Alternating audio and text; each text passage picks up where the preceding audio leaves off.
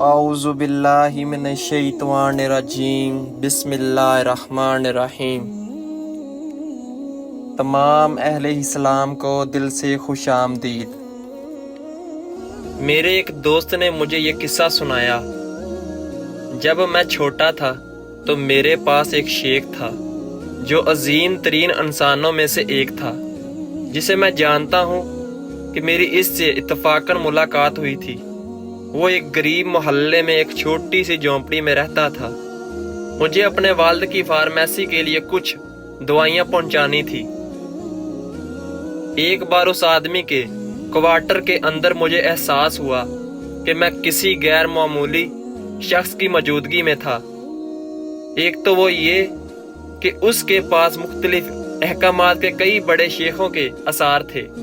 جس دن میں اس سے ملا وہ دو اور نوجوانوں سے میری اپنی عمر کے بارے میں بات کر رہا تھا۔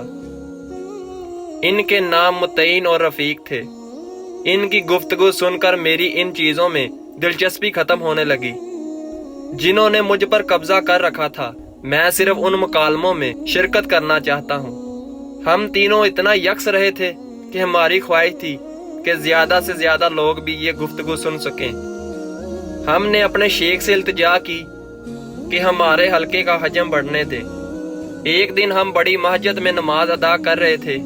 یہ محرم کی 12ویں تاریخ اشوار کی عید تھی۔ ہم ابھی مسجد سے نکل ہی رہے تھے کہ ہمارے استاد نے سیڑھیوں پر توقف کیا، کیونکہ انہوں نے دیکھا کہ ایک کبوتر ابھی آسمانوں سے مردہ گر رہا ہے۔ اس نے بیچارے پرندے کو، جو بالکل بے جان تھا، اٹھایا، نرمی سے اسے اپنے ہاتھوں میں پکڑا، ایک لمبا ہوا چلایا اور پرندہ دوبارہ زندہ ہو کر آسمان کی طرف اٹھ گیا۔ خیر، اس فعل پر کسی کا دھیان نہیں گیا، اور بہت پہلے ہمارے شیخ میں بہت سے لوگ دلچسپی رکھتے تھے۔ ان میں سے کئی نے ان کی گفتگو میں شرکت کی درخواست کی اور ہمارا حلقہ بڑھتا گیا۔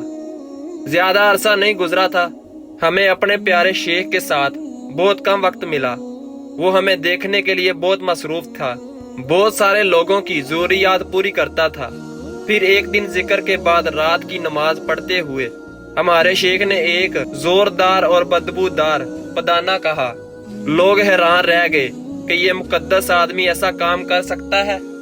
تھوڑے ہی عرصے میں ان میں سے لوگوں کا ان پر سے اعتبار ختم ہو گیا اور ہمارا حلقہ تقریباً اسی ساحل پر واپس چلا گیا جو پہلے تھا۔ ایک رات جب ہم تینوں اکٹھے بیٹھے تھے تو ہمارے شیخ نے کہا، تم میرے بیٹوں کو دیکھتے ہو جو کبوتر کی وجہ سے آتے ہیں اور پدانے کی وجہ سے چلے جاتے ہیں۔ اللہ پاک آپ کو سمجھنے کی اور عمل کرنے کی توفیق دے۔ آمین ثم آمین۔ جزاک اللہ۔